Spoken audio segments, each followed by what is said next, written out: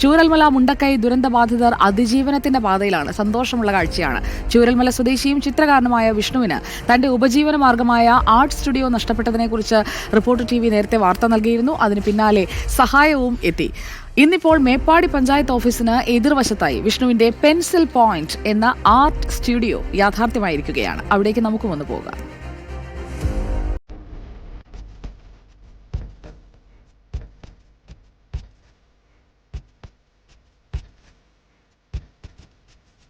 വയനാട്ടിലെ മേപ്പാടിയിൽ നിന്നാണ് ഇന്നത്തെ സന്തോഷം പങ്കുവയ്ക്കാനുള്ളത്. നമുക്കറിയാം, ചുരൽമല മുണ്ടക്കൈ ദുരന്തമുണ്ടാകുന്നതും അതേ തുടർന്ന് നിരവധിയായ മനുഷ്യർ നിരാലംബരായി പോകുന്നതൊക്കെ നമ്മൾ കണ്ടതാണ്. അന്ന് റിപ്പോർട്ടർ TV ഒരു വാർത്ത സംപ്രേഷണം ചെയ്തിരുന്നു. അതിൻ്റെ ഒരു സന്തോഷ നിമിഷത്തിലേക്ക് ഇപ്പോൾ അത് എത്തിയിരിക്കുന്നു എന്നുള്ളതാണ്. ഞാൻ നിൽക്കുന്നത് പെൻസിൽ പോയിന്റ് ഒരു ആർട്ട് സ്റ്റുഡിയോയ്ക്ക് മുൻപിലാണ്. നമുക്ക് ഇന്നിപ്പോൾ ഉദ്ഘാടനം കഴിഞ്ഞിരിക്കുകയാണ് ഈ ഒരു ഷോപ്പ്. അതിൻ്റെ എന്താ പറയുക, അവിടെ ചിത്രകാരനായിട്ടുള്ള അല്ലെങ്കിൽ ആർട്ടിസ്റ്റ് വിഷ്ണു ഉണ്ട്. വിഷ്ണുവിൻ്റെ സുഹൃത്തുക്കൾ ഒക്കെയുണ്ട്. ഇവിടേക്കാണ് ഞാൻ നിങ്ങളെ കൂട്ടിക്കൊണ്ടുപോകുന്നത്. നമുക്ക് അന്ന് ഇത്തരം ചിത്രങ്ങളൊക്കെ കാണിച്ചുകൊണ്ടാണ് ഒരു വാർത്ത റിപ്പോർട്ടർ TV സംപ്രേഷണം ചെയ്യുന്നത്. അത് പിന്നീട് നിരവധിയായ പ്രേക്ഷകരിലേക്ക് എത്തി. അവിടെ നിന്നും ഇന്നിപ്പോൾ അവരുടെയൊക്കെ പിന്തുണയോടുകൂടി ഷോപ്പ് ഇനാഗുറേറ്റ് ചെയ്യപ്പെട്ടിരിക്കുകയാണ്.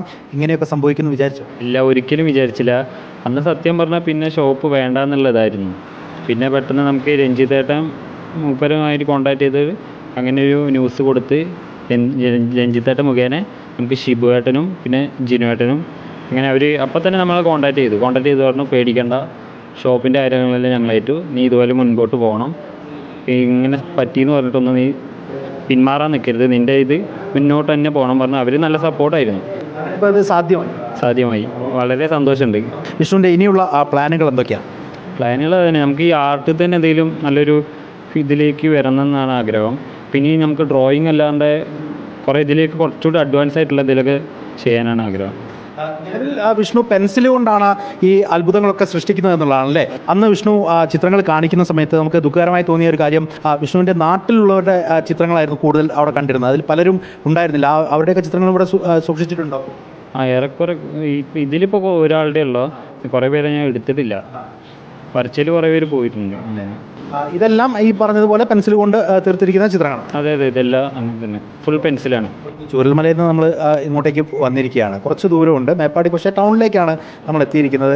അങ്ങനെ എന്താ വ്യത്യാസം എന്താ തോന്നുന്നത്? സ്വന്തം നാട് പോലെ ആവില്ല അതൊരിക്കലും. പിന്നെ ഇനി ഇവിടുന്ന് കുറച്ചുകൂടി ബെറ്റർ ആയിരിക്കും എന്ന് വിചാരിക്കുന്നു. കാരണം അവിടെ കുറച്ച് ഉള്ളേരിയ ആയതുകൊണ്ട്, ഇവിടെ കുറച്ചുകൂടി കാണപ്പെടുന്ന സ്ഥലമായത് കൊണ്ട് ബെറ്റർ ആയിരിക്കും എന്ന് വിചാരിക്കുന്നു. ഇനി മുൻപോട്ട് പോയി നോക്കണം. അപ്പം ഇനി അങ്ങോട്ട് എല്ലാം ഗംഭീരമായി പോട്ടെ എന്ന് ആശംസിക്കുകയാണ്. വിഷ്ണുവിനെ പോലെയുള്ള ആർട്ടിസ്റ്റുകൾ, മറ്റ് തൊഴിൽ ചെയ്യുന്നവരെയൊക്കെ നമ്മളാൽ കഴിയുന്ന രീതിയിൽ സഹായിക്കാൻ കഴിയേണ്ടതുണ്ട്. ആ നിലയ്ക്കുള്ള പ്രചോദനം ഇവർക്ക് ഉണ്ടാകണമെന്ന് മാത്രമാണ് ഈ ഒരു ഘട്ടത്തിൽ നമുക്കും പറയാൻ സാധിക്കുക. വീഡിയോ ജേർണലിസ്റ്റ് മഹേഷ് കുമാറിനൊപ്പം reporter Deepak Malayamma, in reporter, Wayanad.